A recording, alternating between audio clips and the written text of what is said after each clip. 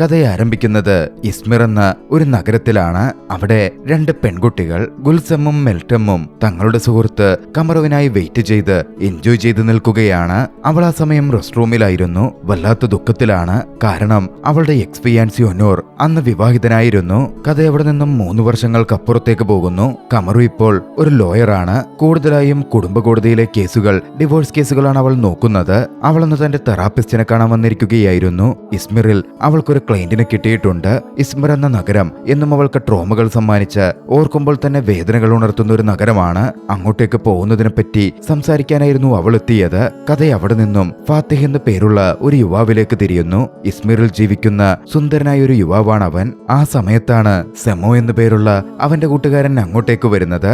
അന്ന് രാത്രിയിൽ സെമോയ്ക്ക് ഒരു കൺസേർട്ട് ഉണ്ട്.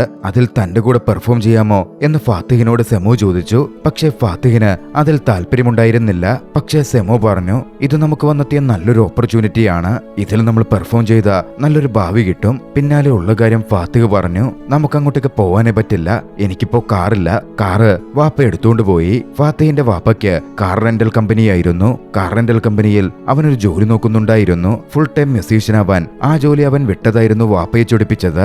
അന്ന് പുലർച്ചെയായിരുന്നു കമറു ഇസ്മിറിലേക്ക് പുറപ്പെടുന്നത്. വണ്ടിയിൽ യാത്ര ചെയ്തുകൊണ്ടിരിക്കെ വാട്സപ്പ് ഗ്രൂപ്പിൽ അവൾക്ക് മെസ്സേജ് വന്നു. ഇസ്മിറിലുള്ള സുഹൃത്തുക്കളുടെ മെസ്സേജാണ്. മെൽറ്റത്തിന്റെയും ഗുൽസിമിന്റെയും. മെൽറ്റം വിവാഹിതയാകുന്നു എന്ന കാര്യമായിരുന്നു ഗുൽസിം പങ്കുവെച്ചത്. അന്ന് രാത്രിയാണ് വിവാഹം. കമറുവിനും ക്ഷണമുണ്ടായിരുന്നതാണ്. പക്ഷേ കമറുവിന് അങ്ങോട്ടേക്ക് പോവാൻ താല്പര്യമില്ല. അവളുടെ എക്സ്പീരിയൻസി അവിടെ ഉണ്ടാകും എന്നവൾക്കറിയാമായിരുന്നു. അവനെ ഇനി മീറ്റ് ചെയ്യാൻ അവൾക്കെന്തോ മനസ്സില്ല.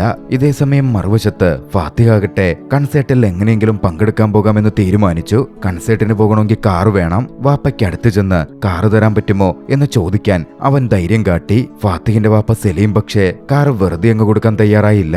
ഇന്നൊരു ക്ലയന്റ് വരുന്നുണ്ട്. നീ ആ ക്ലയന്റിനെ പിക്ക് ചെയ്ത് അവർക്ക് വേണ്ട കാര്യങ്ങളൊക്കെ ചെയ്തു കൊടുക്കണം. അവര് നിനക്ക് നല്ല റേറ്റിംഗ് തന്നാൽ ആ കാർ നീ സ്വന്തമായിട്ട് എടുത്തോ എന്നായിരുന്നു സലീം പറഞ്ഞത്. കുറച്ചു സമയത്തിനു ശേഷം കമറു യാത്ര ചെയ്ത് ഇസ്മിറിൽ വന്നിറങ്ങി. തനിക്ക് കിട്ടിയ നമ്പറിൽ ടാക്സി ഡ്രൈവറെ വിളിക്കാൻ നോക്കിയപ്പോ ആള് ഫോൺ എടുക്കുന്നില്ല.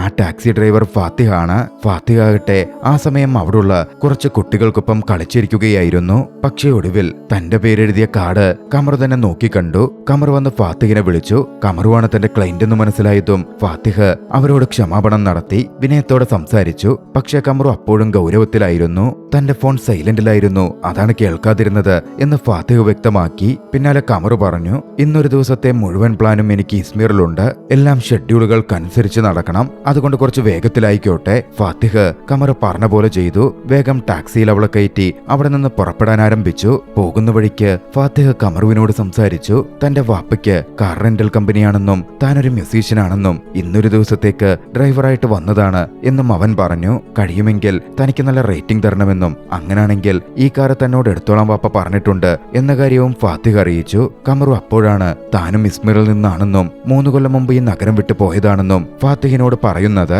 അങ്ങനെ ഒടുവിൽ അവർ ഡെസ്റ്റിനേഷനിൽ എത്തിച്ചേർന്നു. കമറു വണ്ടിയിൽ നിന്നിറങ്ങി കെട്ടിടത്തിന്റെ എലവേറ്ററിൽ കയറി. പക്ഷെ അപ്പോഴാണ് അബദ്ധം പിണയുന്നത്.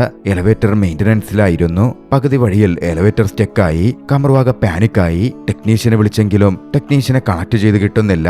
ഒടുവിൽ മറ്റു വഴികളില്ലാതെ കമറു തന്റെ കയ്യിലുണ്ടായിരുന്ന നമ്പർ വെച്ച് ഫാത്തിഹിനെ വിളിച്ചു. ഇതേ സമയം കാർ മുമ്പോട്ടെടുത്തിരുന്ന ഫാത്തിഹ് ഒരു സാൻഡ്വിച്ച് കടയുടെ മുമ്പിലെത്തിയിരുന്നു. വിവരം കേട്ടതും അവിടെ തന്നെ വണ്ടി പാർക്ക് ചെയ്ത് തനിക്ക് വേണ്ടി 25 സാൻഡ്വിച്ച് തയ്യാറാക്കാൻ പറഞ്ഞ് വേഗം ആ കെട്ടിടത്തിലേക്ക് ഓടി. ഒരു തരത്തിൽ ടെക്നീഷ്യനെ കാര്യങ്ങൾ പറഞ്ഞ് മനസ്സിലാക്കിച്ച് കമറുവിനെ രക്ഷപ്പെടുത്തി. താഴേക്കിറങ്ങി വന്ന കമറു ടെക്നീഷ്യനോട് നല്ല രീതിയിൽ തർക്കിക്കുന്നുണ്ട്. വൈകി മെയിന്റനൻസ് കാർഡ് തൂക്കിയതിനും മറ്റുമായിരുന്നു അത്. എന്തായാലും ഒരു തരത്തിൽ കമറു രക്ഷപ്പെട്ടു. തൊട്ടു പിന്നാലെ കമറുവിന്റെ ക്ലയന്റ് അങ്ങോട്ടേക്ക് കയറി വന്നു. ഹെയിൽ എന്നായിരുന്നു ആ ലേഡിയുടെ പേര്. തന്റെ ഭർത്താവിനെ ഡിവോഴ്സ് ചെയ്യാൻ ഹെയിൽ തീരുമാനിച്ചിരുന്നു. കമറുവിന് കിട്ടിയ നിർദ്ദേശപ്രകാരം ഹെയിലിന്റെ ഭർത്താവ് മൾട്ടിപ്പിൾ ലോയേഴ്സിനെ ഹയർ ചെയ്തിട്ടുണ്ട്. അന്ന് ഒരു സമാധാന ഉടമ്പടി, മ്യൂച്വൽ ഡിവോഴ്സ് എന്ന തരത്തിലുള്ള ഡിസ്കഷനാണ് നടക്കുന്നത്. വൈകാതെ ഡിസ്കഷൻ പോയിന്റിലെത്തി. ലോയേഴ്സും ഹെയിലും ഭർത്താവും കമറുവുമുണ്ട്. കൂട്ടത്തിൽ ഫാത്തിഹും. സഫാക്ക് എന്നായിരുന്നു ഹെയിലിന്റെ ഭർത്താവിന്റെ പേര്. സഫാക്കിന്റെ വക്കീലന്മാർ വസ്തുവകകളിലുള്ള ഒരു പ്രപ്പോസൽ മുമ്പോട്ടേക്ക് വെച്ചു. പക്ഷെ അത് അംഗീകരിക്കാൻ ഹെയിലിന് പറ്റുമായിരുന്നില്ല. പകുതി ഷെയറായിരുന്നു ഹെയിൽ എല്ലാത്തിലും ആവശ്യപ്പെട്ടത്. ഡിസ്കഷൻ തുടർന്നുകൊണ്ടിരിക്കെ സഫാക്കിന് ഒരു ഫോൺ കോൾ വന്നു. സംശയമുളവാക്കുന്ന രീതിയിൽ അയാൾ പുറത്തേക്ക് പോവുകയും ചെയ്തു. ഹെയിലുടൻ കമറുവിനോട് പറഞ്ഞു, എന്റെ ഭർത്താവിന് മറ്റൊരു ലേഡിയുമായി ബന്ധമുണ്ടോ എന്നാണ് എന്റെ പ്രധാന സംശയം. അവളാണിപ്പോ വിളിക്കുന്നത് എന്നെനിക്ക് തോന്നുന്നുണ്ട്. അത് കേട്ടതും കമറുവും പുറത്തേക്കിറങ്ങി. സഫാക്ക് സംസാരിക്കാനടുത്ത മുറിയിലേക്ക് കയറിയിരുന്നു. അങ്ങോട്ടേക്കെത്തിയ അവൾ സഫാക്ക് സംസാരിച്ചു കൊണ്ടിരിക്കുന്നത് വീഡിയോയിൽ പകർത്തി. സംസാരിക്കുന്ന കാര്യങ്ങൾ വ്യക്തമായി കേൾക്കാൻ പറ്റുന്നുണ്ടായിരുന്നില്ല. പക്ഷേ പ്രവൃത്തികൾ കൃത്യമായി റെക്കോർഡ് ചെയ്യപ്പെട്ടിരുന്നു. സംസാരിക്കുന്നതിനിടയിൽ എന്തോ ഒന്ന് സഫാക്ക് അവിടുത്തെ ഒരു നോട്ടിൽ കുറിച്ചിരുന്നു. ആ പേപ്പർ അയാൾ കീറിയെടുക്കുകയും ചെയ്തു. അയാൾ പോയതും കമറു ആ മുറിയിൽ കയറി സഫാക്ക് നോട്ട് എഴുതിയ ആ പേപ്പറിന്റെ തൊട്ടു താഴെയുള്ള പേപ്പർ അങ്ങനെ തന്നെ കീറിയെടുത്തു പോന്നു. തിരികെ എത്തിയതും കമറു അറിയിച്ചു, തങ്ങൾ ഈ സമാധാന ഉടമ്പടിയുമായി മുമ്പോട്ടേക്ക് പോകുന്നില്ല. നിങ്ങളുടെ സെറ്റിൽമെന്റും വേണ്ട. എന്തുണ്ടെങ്കിലും കോടതിയിൽ വെച്ച് കാണാം. പോകുന്നതിനു മുമ്പ് സഫാക്ക് ഹെയിലിനോട് പറഞ്ഞു, ഇന്നാണ് മെൽട്ടത്തിന്റെ വിവാഹമുള്ളത്. ഞെട്ടലോടെ അപ്പോഴാണ് കമറു ഒരു കാര്യം മനസ്സിലാക്കിയത്. ഹെയിലും സഫാക്കും മെൽട്ടത്തിന്റെ പാരന്റ്സിന്റെ സുഹൃത്തുക്കളാണെന്ന്. തിരികെ ഇറങ്ങുമ്പോ കമറു ഫാത്തിഹിനോട് സംസാരിച്ചു. സഫാക്ക് ഏതൊരു പെൺകുട്ടിയുമായി സംസാരിക്കുന്നത് ഞാൻ കേട്ടിരുന്നു. അയാൾ ഒരു പേപ്പറിൽ എന്തോ ഒന്ന് കുറിച്ചിട്ടുണ്ട്.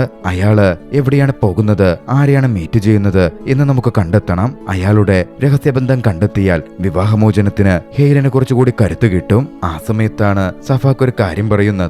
തനിക്കൊരു സുഹൃത്തുണ്ട്, ഇസ്കൻഡറിന്റെ സഹോദരൻ പോലീസിലാണ്. സഫാക്കിന്റെ കാറ് നമുക്ക് ട്രേസ് ചെയ്യാൻ പറ്റിയാൽ അയാൾ എവിടെ പോകുന്നുവെന്ന് മനസ്സിലാക്കാമല്ലോ. അതിനെ ഞാൻ സഹായിക്കാം. ഇസ്കൻഡറിനെ പോയി കണ്ടാൽ മതി. കമറുവിനും അത് ഓക്കെ ആയിരുന്നു. അങ്ങനെ കമറുവും ഫാത്തിഹും യാത്ര തുടർന്നു. ഇതിനിടയിൽ ഫാത്തിഹ് സാൻഡ്വിച്ച് വാങ്ങി തെരുവിലെ കുട്ടികൾക്ക് വിതരണം ചെയ്തിരുന്നു. കമറു സ്നേഹത്തോടെ ഇതൊക്കെ നോക്കിക്കണ്ടു. പിന്നീട് ഫാത്തിഹ് കമറുവിനെ ഇസ്കൻഡറിന്റെ അടുത്തേക്ക് കൊണ്ടുപോയി. പക്ഷേ കുറച്ചുനേരം ഇസ്കൻഡറിനൊപ്പം കാത്തിരുന്നിട്ടും സഹോദരനിൽ നിന്ന് കൃത്യമായ വിവരങ്ങളൊന്നും കിട്ടുന്നുണ്ടായിരുന്നില്ല. ഏറ്റവും ഒടുവിൽ ഷഫാക്ക് സംസാരിച്ച ആ വീഡിയോ റെക്കോർഡിംഗ് കമറു ഇസ്കൻഡറിനെ കാണിച്ചു. ഇസ്കൻഡറിന് ആളുകളുടെ ലിപ്പ് റീഡ് ചെയ്യാൻ പറ്റുന്ന ഒരു പ്രത്യേക കഴിവുണ്ടായിരുന്നു. അതോടെ ഫോണിൽ അയാൾ എന്താണ് സംസാരിച്ചത് എന്ന് ഇസ്കൻഡർ മനസ്സിലാക്കി. ഉടനടി അവർ ആ ലൊക്കേഷനിലേക്ക് പുറപ്പെട്ടു. ഇസ്കൻഡറും അവരുടെ കൂടെ ഉണ്ടായിരുന്നു. അങ്ങനെ ലൊക്കേഷനിലെത്തി കാറ് പാർക്ക് ചെയ്ത് കമറുവും ഫാത്തിഹും അവിടെ ഇറങ്ങി. ഇസ്കൻഡറിന് കുറച്ച് വയ്യായികയുണ്ടായിരുന്നു. ഇസ്കൻഡറിനോട് കാറിൽ തന്നെ ഇരുന്നോളാൻ ഫാത്തിഹ് പറഞ്ഞു. പക്ഷെ ആ ബിൽഡിംഗിലേക്ക് പോകുന്ന വഴിക്ക് സ്ട്രീറ്റിൽ ഡാൻസ് നടക്കുകയായിരുന്നു. അവസരം മുതലാക്കിയ ഫാത്തിഹ് കമറുവിനൊപ്പം ഡാൻസ് ചെയ്ത് അവിടെ നിന്ന് മറുവശം കടക്കാൻ ശ്രമിച്ചു. കമറുവിനെ ഫാത്തിഹിന് ഇഷ്ടപ്പെട്ടിരുന്നു. അതുകൊണ്ട് തന്നെ അവളോട് അടുക്കാനും ഫാത്തിഹ ശ്രമിക്കുന്നുണ്ടായിരുന്നു. ആ സമയത്ത് അവിടെ വെച്ച് ഷഫാക്കിനെയും ഒരു പെൺകുട്ടിയെയും കമറുവും ഫാത്തിഹും നോക്കിക്കണ്ടു. അവർ വേഗം അങ്ങോട്ടേക്ക് ചെന്നു. മുകൾ ഭാഗത്തേക്ക് അവർ പോവുകയായിരുന്നു. കമറുവിന് നേരത്തെ നടന്ന ഇൻസിഡന്റ് കൊണ്ട് എലിവേറ്റർ ഇപ്പോൾ ഭയമായിരിക്കുകയാണ്. അതുകൊണ്ട് തന്നെ സ്റ്റെപ്പ് കയറി മുകളിലേക്ക് പോകാം എന്നവർ തീരുമാനിച്ചു. പക്ഷേ വലിയ സ്റ്റെപ്പായിരുന്നു. സ്റ്റെപ്സ് കയറിയവർ മുകളിലെത്തിയതും ഷഫാക്കിന്റെയും ആ പെൺകുട്ടിയുടെയും ട്രാക്ക് അവർക്ക് നഷ്ടപ്പെട്ടു. ഇതേ സമയം കാറിൽ കടന്ന് ഇസ്കൻഡർ ഉറങ്ങിപ്പോയിരുന്നു. പോലീസാകട്ടെ ഇല്ലീഗൽ പാർക്കിങ്ങിന് വണ്ടി പിടിച്ചുകെട്ടി കൊണ്ടുപോവുകയും ചെയ്തു. എന്തിനേറെ പറയുന്നു, പിന്നീട് ഈ വിവരമറിഞ്ഞപ്പോ ഫാത്തിഹിനും കമറുവിനും ഇമ്പൗണ്ട് ഏരിയയിലേക്ക് പോയി കാറ് വീണ്ടെടുക്കേണ്ട അവസ്ഥ വന്നു. അവിടത്തെ കാറ് വിട്ടുകിട്ടാൻ വെയിറ്റ് ചെയ്യുമ്പോ കമറുവും ഫാത്തിഹും സംസാരിച്ചു. കമറു പറഞ്ഞു, ഇസ്താൻബുളിൽ താൻ എവിടെ പോയാലും തനിക്ക് മോശം അനുഭവങ്ങളാണ് ഉണ്ടായിട്ടുള്ളത്, പ്രത്യേകിച്ചും ആണുങ്ങളിൽ നിന്നും. ഇസ്താൻബുളിലെ തന്റെ ജീവിതത്തെപ്പറ്റി കമറു കുറേയധികം ഫാത്തിഹിനോട് സംസാരിച്ചു. അപ്പോഴാണ് ഇസ്കൻഡർ വന്നത്. സഹോദരനിൽ നിന്ന് ഇസ്കൻഡറിന് ഒരു മെസ്സേജ് വന്നെത്തിയിരുന്നു. ഒരാളുടെ പേഴ്സണൽ വിവരങ്ങൾ അങ്ങനെ പുറത്ത് ഷെയർ ചെയ്യാൻ പറ്റുന്നില്ല എന്നായിരുന്നു സഹോദരൻ ഇസ്കൻഡറിനെ അറിയിച്ചത്. അതോടെ കമറുവിന് ഇനി എന്ത് ചെയ്യണമെന്നൊരു ഐഡിയ കിട്ടിയില്ല. തൽക്കാലത്തേക്ക് തന്റെ പ്ലാനുകൾ മാറ്റാൻ കമറു തീരുമാനിച്ചു. ഇസ്താൻബുളിലേക്ക് അവൾ പോയ ശേഷം അവളുടെ ഉമ്മയുമായി അവൾ കോണ്ടാക്ട് ചെയ്തിരുന്നില്ല. അതുകൊണ്ട് ഉമ്മയൊന്ന് കണ്ടേക്കാം എന്നവൾ ചിന്തിച്ചു. പിന്നീടും കമറു ഫാത്തിഹിനോട് സംസാരം തുടർന്നു. നീയൊരു സമ്പന്ന കുടുംബത്തിൽ നിന്നല്ലേ, എന്നിട്ടും എന്തിനാ ഫാമിലി ബിസിനസ് നോക്കി നടത്താതെ ഇങ്ങനെ മ്യൂസീഷ്യനാവണമെന്ന് പറഞ്ഞ് നടക്കുന്നത്? തന്റെ പാഷനെ പറ്റിയും സ്വപ്നങ്ങളെ പറ്റിയുമൊക്കെ ഫാത്തിഹ സംസാരിച്ചപ്പോ മുമ്പ് തന്റെ അച്ഛൻ സംസാരിച്ചിരുന്ന അതേപോലെ ഫാത്തിഹ സംസാരിക്കുന്നതായി കമറുവിന് അനുഭവപ്പെട്ടു. 15 കൊല്ലം മുമ്പ് കമറുവിന്റെ അച്ഛൻ മരണപ്പെട്ടതായിരുന്നു. കമറു ഇപ്പോൾ അവളുടെ വാപ്പയെ, അവളുടെ അച്ഛനെ ഒരുപാട് മിസ് ചെയ്യുന്നുണ്ട്. സംസാരം തുടർന്നുകൊണ്ടിരിക്കെ പെട്ടെന്ന് കമറുവിന്റെ ചെയറോടിന് കമറു താഴെ വീണു. ആ ഒരു നിമിഷം അവരുടെ സംസാരത്തിന്റെ മൂഡ് തന്നെ അങ്ങ് മാറ്റി. തൊട്ടു പിന്നാലെ ഇസ്കൻഡർ വന്ന് ഫാത്തിഹിന്റെ കാർ റെഡിയായിട്ടുണ്ടെന്ന് പറഞ്ഞു.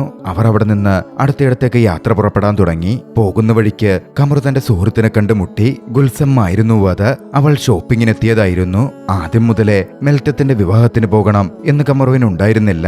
പക്ഷേ ഗുൽസത്തിനെ മീറ്റ് ചെയ്തതും അവൾ കുറച്ച് കൺഫ്യൂസ്ഡ് ആയി. എങ്ങനെ ആ ഇവന്റിൽ നിന്ന് രക്ഷപ്പെടും, എങ്ങനെ നുണ പറയും എന്നൊന്നും അവൾക്കൊരു പിടുത്തവും കിട്ടിയില്ല.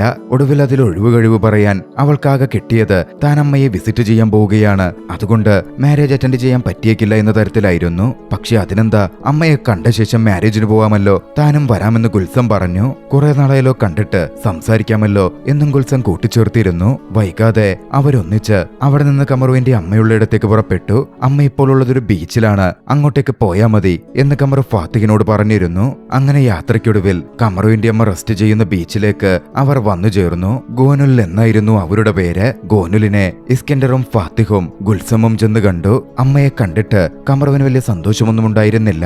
കമറു പിന്നീട് ഫാത്തിഹിനോട് സംസാരിച്ചു. അച്ഛൻ മരണപ്പെട്ടപ്പോ അമ്മ ഗോനുലിന് വലിയ വിഷമമൊന്നും കണ്ടില്ല. അച്ഛനുണ്ടായിരുന്ന കാലത്ത് ഞങ്ങളെപ്പോഴും ഓരോയിടത്ത് ട്രിപ്പിന് പോവുമായിരുന്നു. അമ്മ ഒരിക്കലും ഇതൊന്നും ഗൗനിച്ചിട്ടേയില്ല, എന്നെയും കാര്യമായി പരിഗണിച്ചിട്ടില്ല. അതുകൊണ്ട് എനിക്ക് അമ്മയോട് ചെറിയൊരു അകലമുണ്ട്. പിന്നീട് കമറുവും ഗോനുലും സംസാരിച്ചു. മെൽറ്റത്തിന്റെ വിവാഹത്തിന് പോകണമെന്നും തനിക്കൊരു വസ്ത്രം വേണം എന്നും അവൾ അമ്മയ്ക്കടുത്ത് പറഞ്ഞു. അവളുടെ അമ്മ ഗോനൽ പിന്നാലെ അമ്മയുടെ വീട്ടിലേക്ക് അവരെ കൂട്ടിക്കൊണ്ടുപോയി. അവിടെ വെച്ച് തന്റെ മുറിയിലേക്ക് കമറു പോയപ്പോ കമറു ഫാത്തിഹിനെയും വിളിച്ചു. മുറിയിലിരുന്നവർ സംസാരിച്ചു. അവിടെ വോക്കിംഗ് സ്റ്റിക്കുകൾ ഫാത്തിഹ നോക്കിക്കണ്ടു. ഇതെന്താ ഈ സ്റ്റിക്കുകൾ ഇവിടെ എന്ന് ഫാത്തിഹ ചോദിച്ചു. കമറു പറഞ്ഞു, ഞാൻ പറഞ്ഞല്ലോ എന്റെ ബ്രേക്കപ്പിന്റെ കാര്യം. എക്സ്പീരിയൻസി വിവാഹം കഴിച്ച ശേഷം എനിക്കൊരു സീരിയസ് കാർ ആക്സിഡന്റ് സംഭവിച്ചു. അന്ന് ഹോസ്പിറ്റൽ വിട്ട ശേഷം ഇനി ഈ സ്മിറിൽ തുടരില്ല എന്നതായിരുന്നു ഞാനെടുത്ത ആദ്യ തീരുമാനം. അതിന്റെ ഓർമ്മയ്ക്കായി ഞാൻ ഈ സ്റ്റിക്കുകൾ സൂക്ഷിച്ചിരിക്കുന്നതാണ്. പിന്നീടുള്ള സംസാരത്തിൽ തനിക്ക് മെൽറ്റത്തിന്റെ വിവാഹത്തിന് പോണമെന്നില്ലെന്നും അവിടെ തന്റെ എക്സ്പീരിയൻസി ഉണ്ടാകും, അവനെ ഇനി നേരിട്ട് കാണണം എന്ന് തനിക്കില്ലെന്നും അവൾ വ്യക്തമാക്കി. പിന്നാലെയായിരുന്നു അവളുടെ അമ്മ അങ്ങോട്ടേക്ക് വന്നത്. അവൾക്ക് അവർ സൂക്ഷിച്ചിരുന്ന ഒരു വസ്ത്രം എടുത്തു കൊടുത്തു. കുറച്ചു കഴിഞ്ഞ് ഫാത്തിഹ പുറത്തേക്കിറങ്ങി നിന്നു. കമറു വസ്ത്രം മാറി പുറത്തേക്ക് വന്നു. ആ വസ്ത്രത്തിൽ അവൾ അതീവ സുന്ദരിയായി കാണപ്പെട്ടിരുന്നു. കണ്ണെടുക്കാതെ ഫാത്തിഹ അവളെ കുറച്ചുനേരം നോക്കി നിന്നു പോയി. പിന്നാലെ അവരെല്ലാവരും ഒന്നിച്ചിരുന്ന് സംസാരിച്ചു. ആ സമയത്താണ് സഫാക്ക് എഴുതിയിരുന്ന ആ കുറിപ്പ് എന്താണെന്ന് മനസ്സിലാക്കാൻ കമറു ഒന്നുകൂടി ശ്രമിക്കുന്നത്. പക്ഷെ ഇത്തവണ അവളെ സഹായിക്കാൻ അവളുടെ അമ്മയുണ്ടായിരുന്നു. അമ്മയുടെ സഹായത്തോടെ സഫാക്ക് ആ പേപ്പറിൽ എഴുതിയിരുന്നത് ഒരു അഡ്രസ്സാണ് എന്ന് കമറു തിരിച്ചറിഞ്ഞു. പക്ഷെ അപ്പോഴേക്കും കമറുവിന് കോർട്ടിൽ പോവാൻ സമയമായിരുന്നു. കമറു അതോടെ കോർട്ടിലേക്ക് പോവാൻ തയ്യാറെടുത്തു. ഇസ്കൻഡറും ഗോനുലും ആ അഡ്രസ്സിലേക്ക് പോവാമെന്നും സംശയാസ്പദമായി എന്തെങ്കിലും അവിടെ കണ്ടാൽ തെളിവടക്കം ഫോട്ടോ എടുത്തയക്കാം എന്നും കമറുവിനോട് പറഞ്ഞു. അങ്ങനെ സഫാക്കിന്റെ ചതി പിടികൂടാൻ പറ്റിയാലോ എന്നൊരു പ്രതീക്ഷയും കമറുവിന് തോന്നി. കമറുവും ഫാത്തിഹും ഗുൽസമും കൂടി അവിടെ നിന്ന് കോർട്ടിലേക്ക് പുറപ്പെട്ടു. പോകുന്ന വഴിക്ക് ഫാത്തിഹിന്റെ കാറിന് വട്ടം അവന്റെ സുഹൃത്ത് സെമോ വരികയാണ്. ഒടുവിൽ സെമോയെയും കൂട്ടിക്കൊണ്ടായിരുന്നു അവർ കാറെടുത്തു പോയത്. ഇതേ സമയം മറുവശത്ത് ഇസ്കൻഡറും ഗോനുലും സഫാക്കുള്ള ആ അഡ്രസ്സിലേക്ക് എത്തിയിരുന്നു. സഫാക്ക് ഒരു പെൺകുട്ടിയുമായി അവിടുത്തെ ഒരു അപ്പാർട്ട്മെന്റിലേക്ക് പോകുന്നത് ഗോനുൽ നോക്കിക്കണ്ടു. ഇസ്കൻഡറിന്റെ സഹായത്തോടെ ഗോനുലും ചേർന്ന് അവർ ആ അപ്പാർട്ട്മെന്റിൽ ഒന്നിച്ചുള്ളതിന്റെ ഒരു ചിത്രം പകർത്തി. ഇതേസമയം മറുവശത്ത് കമറു കോർട്ടിലേക്ക് എത്തിയിരുന്നു. കോർട്ടിൽ ഇരിക്കുമ്പോ കമറുവിന് അവർ എടുത്ത ആ ഫോട്ടോ വാട്സപ്പ് മുഖേന ലഭിച്ചു. ഫോട്ടോ കണ്ടതും സഫാക്ക് തന്റെ ക്ലയന്റിനെ ചതിക്കുകയായിരുന്നല്ലേ എന്ന മട്ടിൽ അവൾക്ക് തോന്നി. ആദ്യം ഈ ഫോട്ടോ കാണിക്കണോ എന്ന് കമറു ചിന്തിച്ചെങ്കിലും ക്ലയന്റിന്റെ ജീവിതവുമായി ബന്ധപ്പെട്ട കാര്യമാണല്ലോ എന്ന് കരുതി ക്ലയന്റിനെ അവർ ആ ഫോട്ടോ കാണിച്ചു. ഇതേസമയം കാറിനകത്ത് സെമോയും ഗുൽസമും മാത്രമിരുന്ന് ഒരുപാട് കാര്യങ്ങൾ സംസാരിക്കുകയായിരുന്നു. അവർക്ക് പരസ്പരം ഒരു പ്രണയ താല്പര്യമുണ്ടായി. അന്നത്തെ കോഡ് സെഷൻ നല്ല രീതിയിൽ മുമ്പോട്ട് പോയി അവസാനിച്ചു. പിന്നീട് അവരൊക്കെ പുറത്തെത്തിയതും തമാശയോടെ ഫാത്തിഹ സെമയോട് കൺസേർട്ടിന്റെ കാര്യം ചോദിച്ചു. താൻ ഒരു കൺസേർട്ടിനും ഇല്ലെന്നും ഗുൽസമിനൊപ്പം മെൽറ്റത്തിന്റെ കല്യാണം കൂടാൻ പോവുകയാണ് എന്നായിരുന്നു സെമോയുടെ മറുപടി. അതവിടെ ഒരു ചിരിയുണ്ടാക്കി. പിന്നീട് അവർ ഒരു കഫയിലെത്തി ഒന്നിച്ചിരുന്ന് സംസാരിക്കാൻ ആരംഭിച്ചു. സംസാരത്തിനിടയിൽ ഫാത്തിഹും കമറുവും തമ്മിൽ ചെറിയൊരു ആർഗ്യുമെന്റ് ആരംഭിച്ചു. അന്ന് കമറുവിന് അത്രയും നല്ല അനുഭവങ്ങളൊക്കെ ഉണ്ടായിട്ടും ആ ഒരു നഗരത്തെ ഇസ്മിറിനെ പറ്റി നെഗറ്റീവ് ഫീലിംഗ്സ് ആയിരുന്നു കമറുവിന് ഉണ്ടായിരുന്നത്. തുടർന്നുള്ള സംസാരത്തിൽ കമറു ഇപ്പോഴും അവളുടെ ex boyfriend ex fiancee ഒനോറുമായുള്ള പ്രശ്നത്തിൽ നിന്ന് പുറത്തു വന്നിട്ടില്ല എന്നവരൊക്കെ മനസ്സിലാക്കി. ഒനോറ് മൂവ് ഓൺ ചെയ്തെന്നും നീയും മൂവ് ഓൺ ചെയ്യാൻ ഗുൽസം പറഞ്ഞെങ്കിലും അതൊന്നും അംഗീകരിക്കാൻ കമറുവിന് പറ്റുന്നുണ്ടായിരുന്നില്ല.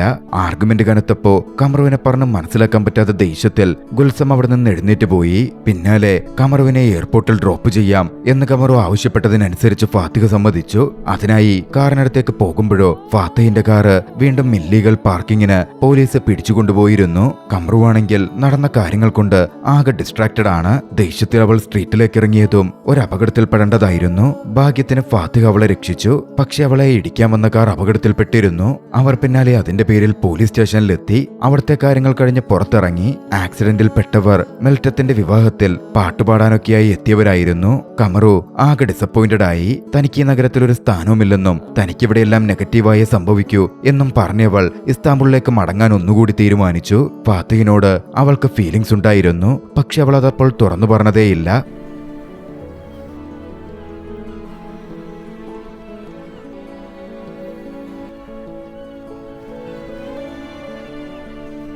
ടാക്സി പിടിച്ച് അവൾ എയർപോർട്ടിലേക്ക് പുറപ്പെട്ടു. ആ സമയത്താണ് തന്റെ ക്ലയന്റിൽ നിന്ന് കമറുവിന് കോൾ വരുന്നത്. താൻ സഫാക്കിനെ ഡിവോഴ്സ് ചെയ്യുന്നില്ല എന്ന കാര്യം ആ ക്ലയന്റ് അറിയിച്ചു. അതുവരെ ഉണ്ടായിരുന്നത് മുഴുവൻ തന്റെ തെറ്റിദ്ധാരണയായിരുന്നെന്നും ആ ഫോട്ടോ കണ്ടപ്പോഴാണ് സത്യം മനസ്സിലായത് എന്നും അവൾ പറഞ്ഞു. യാഥാർത്ഥ്യത്തിൽ സഫാക്ക് മീറ്റ് ചെയ്ത ആ പെൺകുട്ടി അവരുടെ ഒരു ഫ്രണ്ടിന്റെ മകളാണ്. അവരൊരു അപ്പാർട്ട്മെന്റ് വാങ്ങാൻ പ്ലാൻ ചെയ്തിരുന്നു. അതിന്റെ കാര്യത്തിനായിരുന്നു പലപ്പോഴും ഭാര്യയ്ക്ക് സർപ്രൈസ് കൊടുക്കാൻ വേണ്ടി സഫാക്ക് അത്തരത്തിൽ അപ്പാർട്ട്മെന്റ് വാങ്ങാനൊക്കെ ശ്രമിച്ചത്. സഫാക്കിന്റെ സർപ്രൈസ് ശ്രമം യാഥാർത്ഥ്യത്തിൽ കമറുവിന്റെ ക്ലയന്റ് തെറ്റിദ്ധരിച്ചതായിരുന്നു. എന്തായാലും അവരുടെ പ്രശ്നങ്ങൾ ഇല്ലാതായി. അവരിപ്പോൾ ഒന്നിച്ച് മെൽറ്റത്തിന്റെ കല്യാണത്തിന് പോയിക്കൊണ്ടിരിക്കുകയാണ്. ഇതേസമയം മറുവശത്ത് ഫൈനൊക്കെ അടച്ച് ഫാത്തിഹ കാറ് വീണ്ടെടുത്തു. കാറ് തിരികെ തന്റെ അച്ഛൻ സലീമിന്റെ അടുത്ത് എത്തിച്ചു. കാറ് കൊടുത്ത് അവൻ പുറത്തേക്ക് വരുമ്പോ സെമോയും മറ്റുള്ളവരും വണ്ടിയിൽ കല്യാണത്തിന് പുറപ്പെടാൻ വേണ്ടി എത്തിച്ചേർന്നിരുന്നു. അവരൊന്നിച്ച് കല്യാണത്തിനായി പുറപ്പെട്ടു. പോകുമ്പോ ഗുൽസം ഒരു ഫോട്ടോ എടുത്തു. അവളത് ഇൻസ്റ്റഗ്രാമിൽ പോസ്റ്റും ചെയ്തു. തിരികെ ഇസ്താംബുളിലേക്കുള്ള യാത്രയിലായിരുന്ന കമറു ആ ഫോട്ടോ നോക്കി കണ്ടു. എന്തൊക്കെയോ കുറ്റബോധം അവളുടെ ഉള്ളിൽ തോന്നാൻ തുടങ്ങി. മെൽറ്റത്തിന്റെ വിവാഹം ഒഴിവാക്കുന്നത് ശരിയല്ലല്ലോ. ഫാത്തിഹുമായും ഗുൽസവുമായുള്ള ആ സംസാരവും ഒട്ടും ശരിയായില്ല. തന്റെ ഉള്ളിലെ പ്രശ്നങ്ങളാണ് ഒക്കത്തിനും കാരണം. അവൾ തിരിച്ചറിഞ്ഞു.